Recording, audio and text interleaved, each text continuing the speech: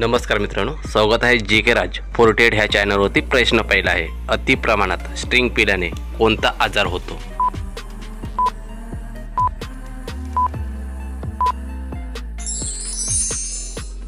प्रश्नाचे योग्य उत्तर आहे पचन संबंधी आजार.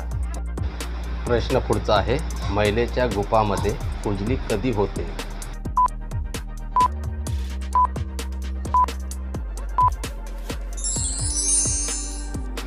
मित्रांनो, या प्रश्नाचे उत्तर आहे करायचं मन झाल्यावर. प्रश्न पुढचा आहे, हमेशा जवान दिसण्यासाठी कोणत्या वस्तूचे सेवन कमी केलं पाहिजे?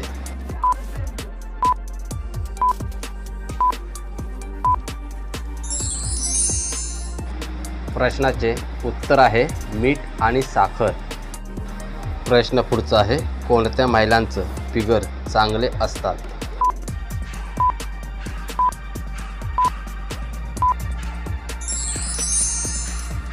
प्रश्नाचे योग्य उत्तर आहे एक्सरसाइज करणाऱ्या महिलेचे.